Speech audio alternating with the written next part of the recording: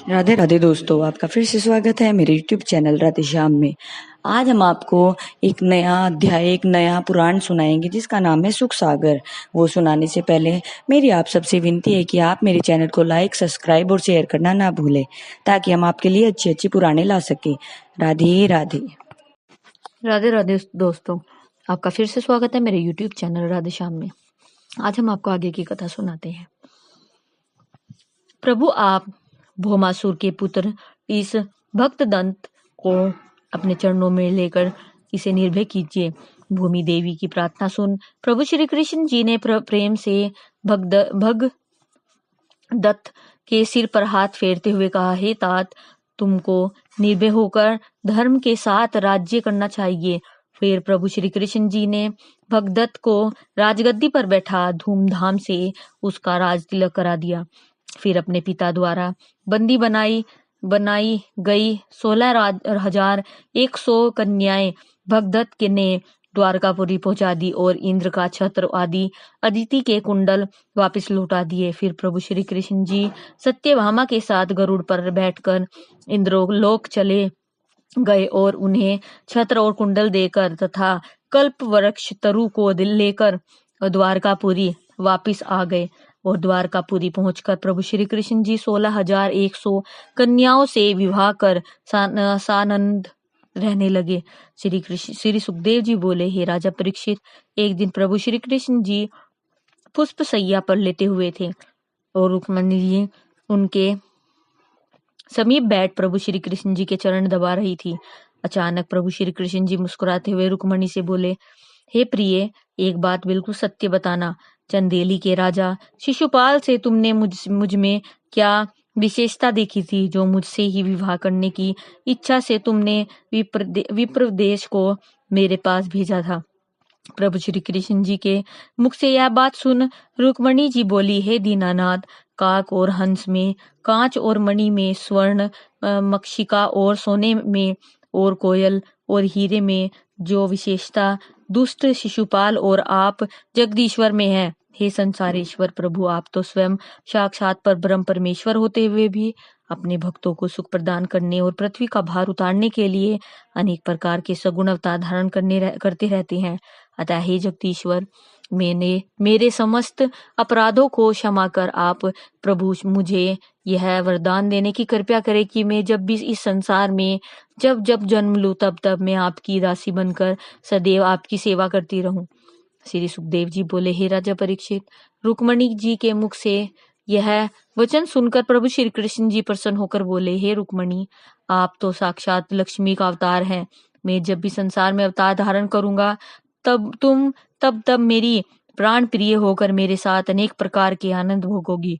श्री सुखदेव जी बोले, हे राजा परीक्षित, प्रभु श्री कृष्ण जी योगीश्वर अपनी योग माया से अपने 16,108 रूप बनाकर अपनी समस्त रानियों को अनेक प्रकार के समस्त सुख दिया करते थे। हे राजा परीक्षित, प्रभु श्री कृष्ण जी के एक एक रानी से 10-10 पुत्र और अपने पोत्र उत्पन्न हुए थे तथा प्रद्युम्न जी का दूसरा विवाह रुक्माग्रज की पुत्री रुक्मावती से हुआ था। श्री सुखदेव जी के मुख से इतनी कथा सुनकर राजा परीक्षित बोले, हे मुनिनाथ, प्रभु श्री कृष्ण जी से वैर होने के पश्चात भी रुक्माग्रज ने अपनी पुत्री रुक्मावती का विवाह उनके पुत्र प्रद्युम्न से कैसे कर दिया? आप मुझे इस कथा को सुनाइए। राजा परीक्षित के मुख से यह सब सुनकर श्री सुखदेव जी बोले, हे राजा परीक्षित, मैं तुम्हें यह संपूर्ण कथा सुनाता हूँ, ध्यान से सुनो।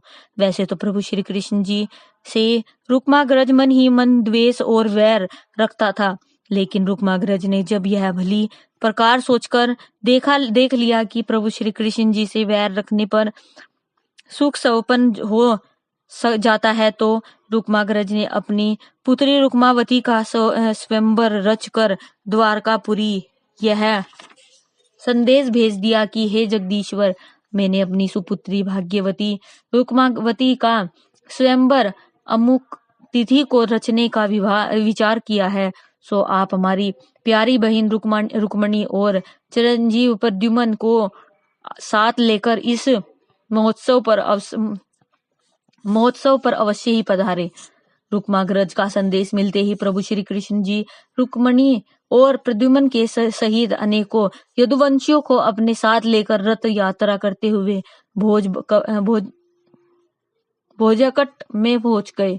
जब प्रभु श्री कृष्ण जी वहां पहुंचे तो रुक्माग्रज ने उनका बहुत आदर सत्कार किया। फिर जब स्वयंवर का दिन आया तो समस्त राजाओं के सम्मुख 16 श्रृंगार कर हाथ में जयमाला लेकर जैसे ही राजकन्या रुक्मावती स्वयंवर में आई और उसने प्रद्युम्न को देखकर जयमाला उसके गले में डाल दी, तब रुक्माग्रज ने विद्वानों को बुलाकर वेद शास्त्र अनुसार रुक्मावती का विवाह प्रद्युम्न के साथ कर दिया और अनेक प्रकार के वस्त्र आभूषण रत्न और अन्य पदार्थ देकर उनके सहित बहन रुक्मणी व प्रभु श्री कृष्ण जी को विदा किया।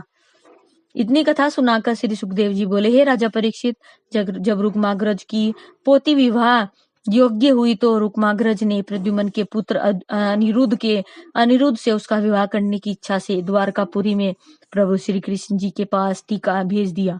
प्रभु श्री कृष्ण जी ने भी आदर सहित टीका ले लिया और फिर बारात सजाकर बलभद्र जी सहित धूमधाम से भोजकट की ओर चल दिए। हे राजा परीक्षित, बारात के पुरुष के समीप आने पर रुक्माग्रज मंत्री और प्रतिष्ठित पुरवासियों को अपने साथ लेकर अगवानी के लिए गया और बहुत सी भेंट देकर प्रार्थना करता हुआ आदर के साथ पुर में ले आया। फिर अपनी पोती का अनिरुद्ध के साथ विधि विधान से सहित विवाह कर दिया। हे राजा परीक्षित, विवाह होने के पश्चात कलिंग देश के राजा ने रुक्माग्रज से कहा, हे रुक्माग्रज, आप बलभद्र से जुआ खेलकर उसे किसी भी तरह से हराकर अपमानित करना चाहिए। हे राजा परीक्षित, रुक्माग्रज ने कलिंग नरेश से जुए खेल जैसे बुरे कार्य के लिए बहुत ही मना किया, लेकिन दुष्ट कलिंग नरेश ने रुक्माग्रज को तरह तरह से बातें बनाकर इस बुरे कार्य के लिए राजी कर लिया। फिर कलिंग पर नरेश जैसे धूर्त ने बलराम जी को भी तरह तरह की बातें बनाकर जुआ खेलने के लिए राजी कर लिया। फिर बलराम जी जब राजा रुक्माग्रज के साथ जुआ खेलने लगे तो वह उस समय बलराम जी के जीतने पर भी खल समाज द्वारा हारे हुए बताए जाने लगे। हे राजा परीक्षित, इस तरह समस्त नरेशों द्वारा अनेक बार हार गए कहकर संबोधित करने लगे तो यह सब देखकर बलभद्र जी को भयंकर क्रोध आ गया और फिर कुपित होकर बलराम जी ने उसी क्षण रुक्माग्रज को मार दिया और कलिंग नरेश के दांत तोड़ उनके समस्त दुष्ट साथियों को हताहत कर दिया। प्रभु श्री कृष्ण जी को जैसे ही यह समाचार मिला तो वे उसी क्षण बलभद्र और समस्त बारातियों को साथ लेकर रुक्मणी अनिरुद्ध तथा पुत्र वधु के साथ वापिस द्वारकापुरी आ गए।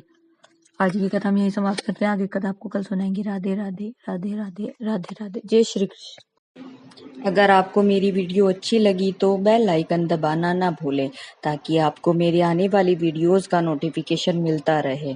धन्यवाद। ओम नमः शिवाय।